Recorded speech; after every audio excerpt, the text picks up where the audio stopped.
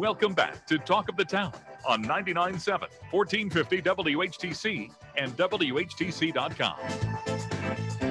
And we welcome you back to Talk of the Town for this Wednesday, November the 25th. I'm Gary Stevens. We'll be open line following the 11 o'clock news, but in our 10:30 segment, we are once again joined by the Clerk in the Register of Deeds for Ottawa County, Justin Roebuck, on the other side of our Zoom connection. Justin, good morning. Welcome back to WHTC. Good morning. It's good to be with you this morning, Gary. Thanks for having me. This is the regularly scheduled appearance, as Justin has been with us, shall we say, on an emergency basis when we've had some election questions, and there's still some more probably to go about. And if you have a question for Justin, you can join in the conversation at 395-1450, 395-1450. Certainly, you've been following the election returns and the election squabbles with some interest. The Board of Canvassers has certified the election now. Does that mean we're done, or does it mean, hey, we still got to worry about this thing for another few more weeks? Yeah, I mean, there's obviously recounts happening in certain races across the state of Michigan. I'm not aware of anything recount-wise that's going to be popping up here in Ottawa County, at least nothing that we've heard so far. State candidates have 6 days. State candidates that are certified by the State Board of Canvassers have 6 days after the canvass is complete to request a recount. But then we have post-election audits that are beginning very shortly. We'll be wrapping up some post-election auditing before Christmas. So there's definitely some things that are still occurring in the election process. But yes, overall, I think our incredible clerks at the local level, all of our election workers can breathe a little bit of a sigh of relief and say, we did it. We got through this pretty challenging year. It was alluded to. Hold on a second, Peg. You had something that you wanted to bring up? I just have a quick related question. My question is there a way to estimate how much more these recounts cost? We've had so many people having to do kind of extra counting duty. And I keep wondering, that's coming out of our tax dollars because folks have to be paid to do that. Well, recounts are actually paid by the candidates overall that request a recount. So an aggrieved candidate or party to a proposal is the only entity that can request a recount. And actually in 2016, some of our laws changed in Michigan prior to 2016, and obviously going into the 2016 recount. The statutory cost for a candidate was $10 per precinct. So as you can imagine, that's not a whole lot when you consider the infrastructure that's needed, bringing on staff to do the process. The laws changed, though, to increase the minimum to $25 per precinct. But then as the percentage of differential between candidates goes up, the cost of the recount goes up as well. So in other words, if you lost by 0.5% or less, your cost is $25 per precinct. If you lost by more than that, though, it goes up to $250 per precinct. So overall, taxpayers aren't really footing a whole lot of recount bills. 395-1450, 395-1450. Good morning. You're on the line with Ottawa County Clerk and Register of Deeds, Justin Roebuck. Yes, I don't know if you're the person to answer this question or not, but why in the world would the United States buy tabulating machines from Venezuela?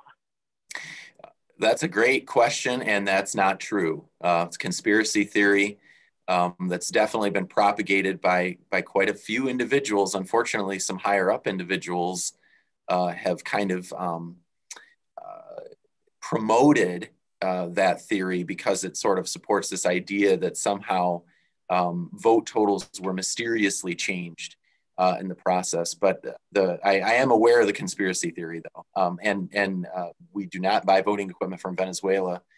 And I think I can attest to the fact, too, that, I know a lot of people have concerns right now. There's been so much in the media. What I think is unfortunate about the voting system conspiracy theories is that it actually does detract from real issues that we have with our elections and things that we need to address.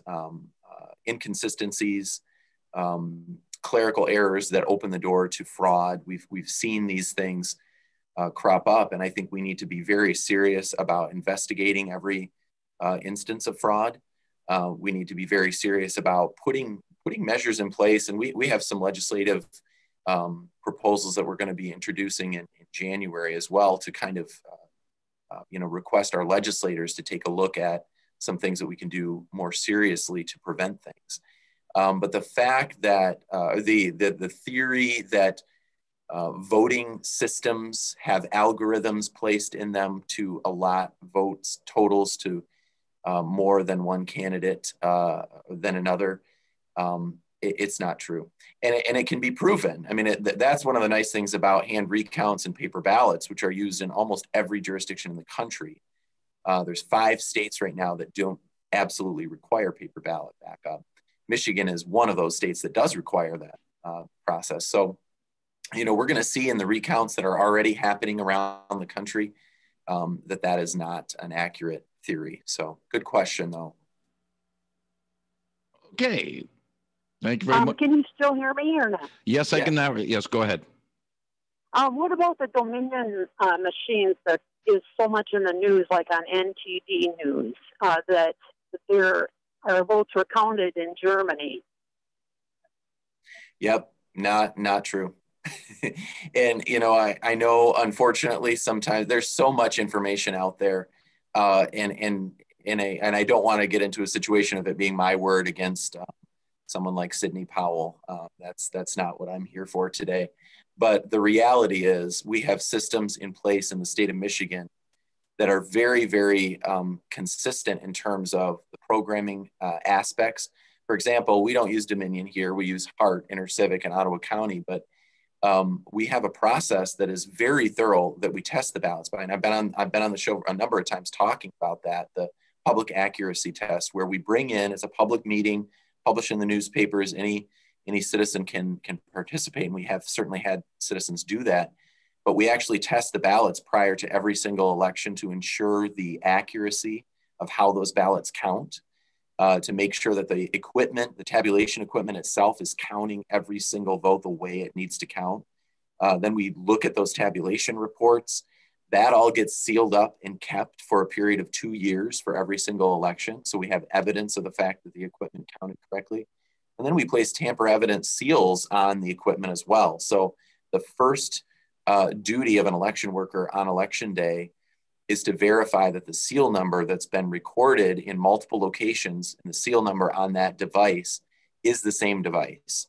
So that's really important that we test prior the accuracy of the machine, and then we're testing afterwards. So we conduct post-election hand recount audits of a certain percentage in every single county in Michigan.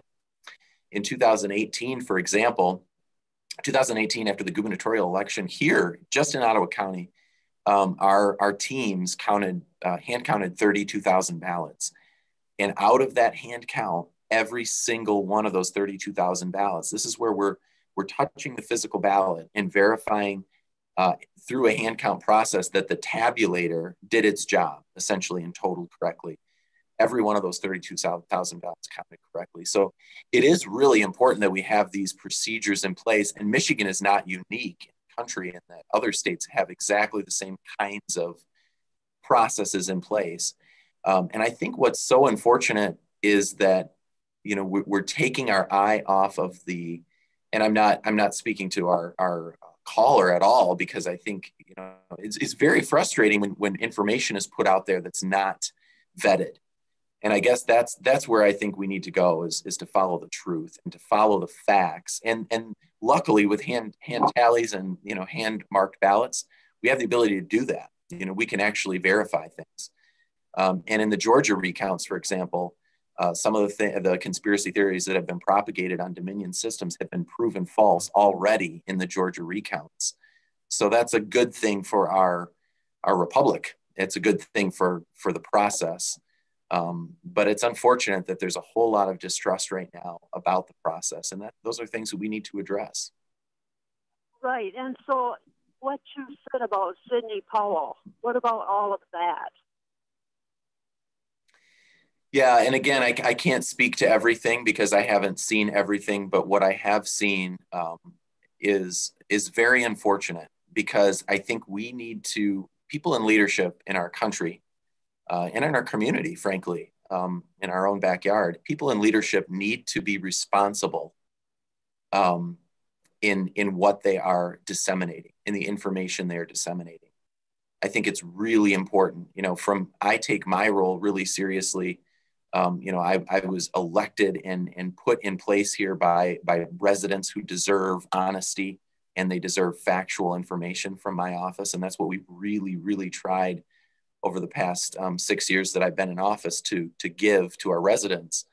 And I think there are people in leadership right now who are disseminating information that is not factual, and they have not vetted it and they have not checked it, and they are spreading conspiracy theories, and it's very damaging to our country, unfortunately. So I can't speak directly to all of those allegations, but I can tell you what we're doing in Ottawa County. Some would say that you yourself are disseminating false information when this whole allegation may be true, according to Sidney Powell. I can tell you what is true according to what I have seen and the fact checking that we have done and the processes that we have in place in Ottawa County. And that's what I'm here to speak to. I can't speak to Sidney Powell. Thank you. All right. Appreciate the call. 395-1450. Good morning. You're on the line with Ottawa County Clerk and Register of Deeds, Justin Roebuck. Yeah. Hey, just one comment, and then I've got a question, and I think a comment that might help the last call. I believe that some of that software was developed by Smartmatic in Venezuela that was later transferred through some purchase agreements to the Dominion system that was used in some of the machines. But here is my question. Why in the world do we not have a consistent set standard use of a standard machine, and voting would be consistent all across Michigan and all precincts? And why is it not consistent from state to state? It seems to me that in a national election, we should have a set standard and everything should be done the same way. And then we could avoid a lot of the issues that we're running into. What do you think? I think that's a great question. And that is so true. We do not have any kind of a set standard, let alone across our 50 states. We don't even have a set standard, locally. What's fascinating about that is, elections are truly local. There's no such thing as a federal election or a national election, I should say, in the context of, even in this presidential election, as we've seen, we're choosing electors from Michigan. It's a state-based process. And here in Michigan, we're actually even more unique than a lot of states because we're very decentralized. We have over 1,200 local jurisdictions, city and township clerks who actually run and administer on the ground their elections. I think there are some downsides to that, but I think there are a lot of positives to decentralization as well. When you think about a centralized software system, we don't have that. In Michigan, the software used in an election is chosen on a county by county basis. There are 3 vendors in the state of Michigan that are allowed for use, essentially have been approved for use. So it's uniform within a county, but not within a state. And I think one of the positives of that is the fact that some of these conspiracy theories that have been propagated, it would become impossible.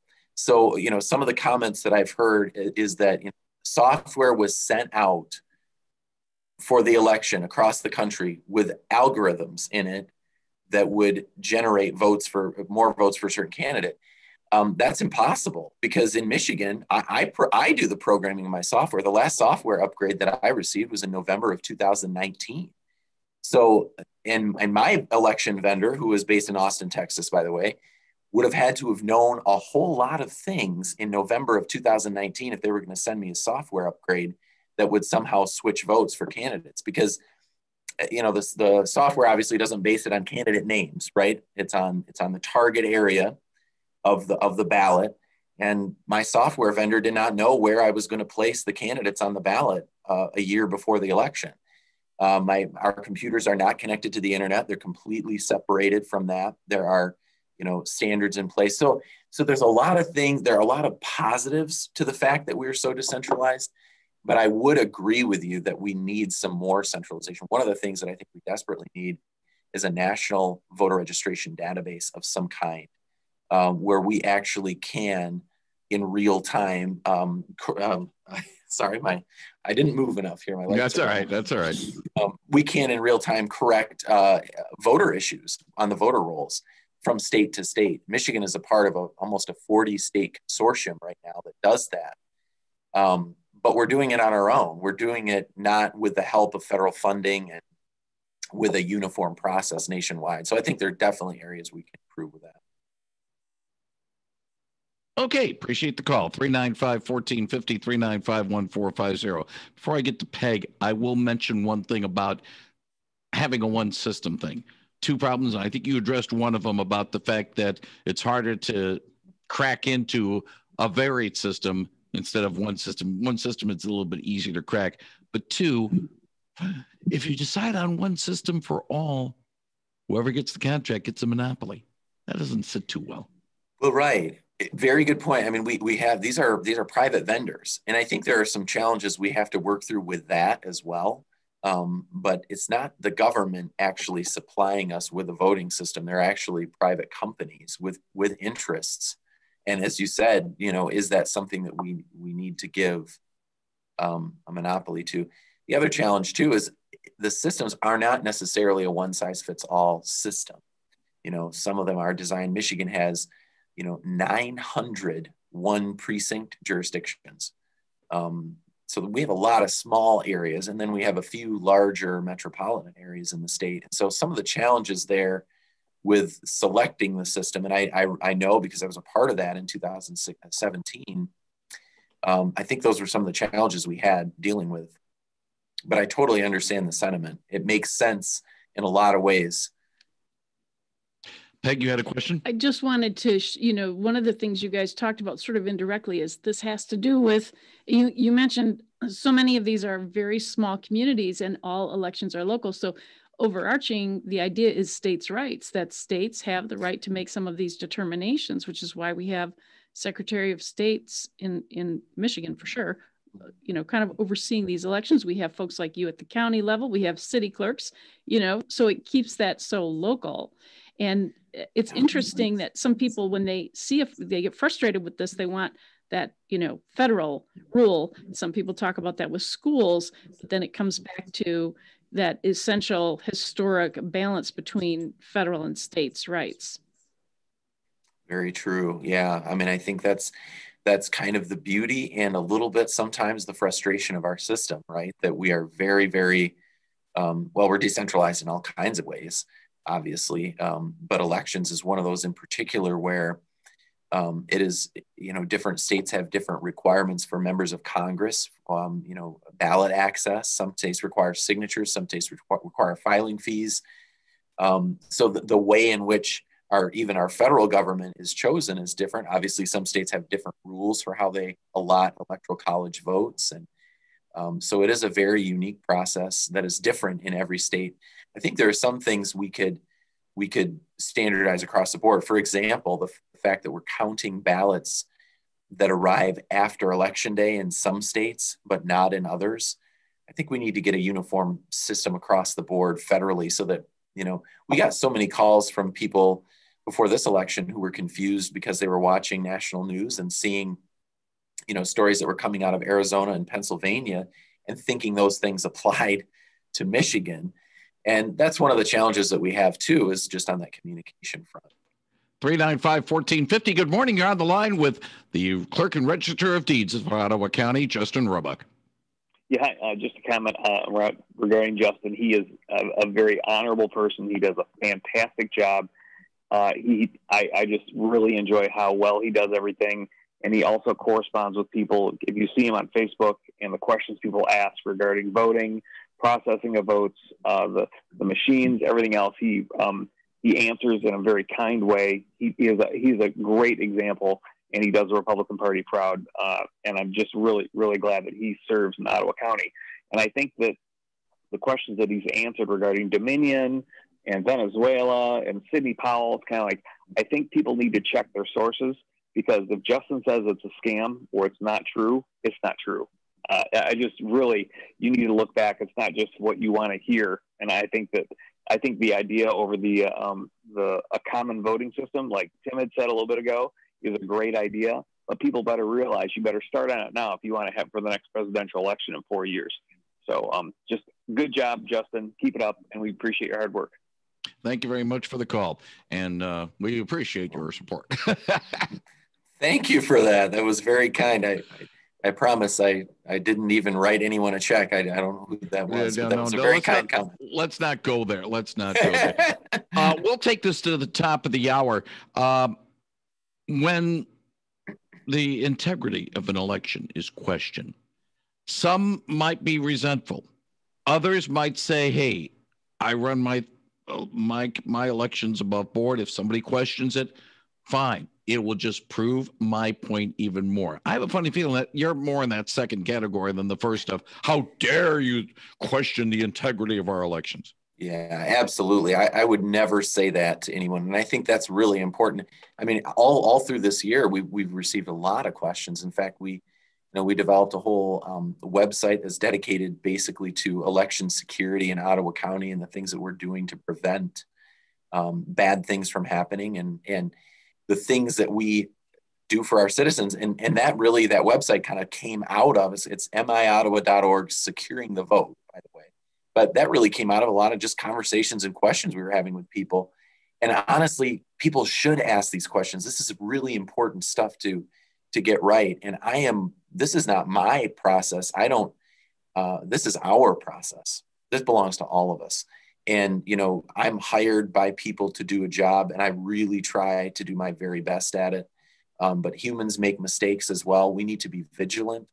And I think I owe it to everybody to answer those questions and to answer them seriously and sincerely. And we really have tried to do that to the best of our ability. But I think, to your point, Gary, I think we need to question our processes because that's the only way that we improve. And could we do things better in Michigan?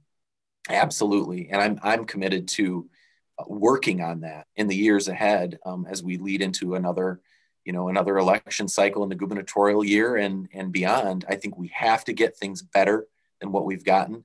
But I also don't want to detract from the amazing work that some of our election officials have done. It's been a challenging year, and they have stepped up to the plate. And I'm very proud to work with our election officials here in Ottawa County. We are out of time in terms of this particular segment. There's a couple of other things I wish I could have time to bring up with you, Justin, but unfortunately, the clock says we got to get to Peter King and CBS News in a few moments. But we appreciate the time you spent with us this morning to explain a little bit of things. Our callers brought up a couple of topics that I was about ready to bring up with you. So glad that they asked the questions. After all, I think they know a few things better than me. But anyway, we can all take a deep breath, maybe, and get through December. When we chat with you again in December, if all goes well, we'll touch upon some of the year-end things and some of the things people need to know about beginning a new year, not only in elections and with the clerk's office, but also some of the things involving your other hat, which is Register of Deeds, and we'll discuss that next month. Justin Roebuck, thank you very much for joining us this morning on WHTC's Talk of the Town. Sounds great. Thanks so much, Gary. Appreciate you having me. Thank you very much, Justin Roebuck on 99.7 and 1450 WHTC.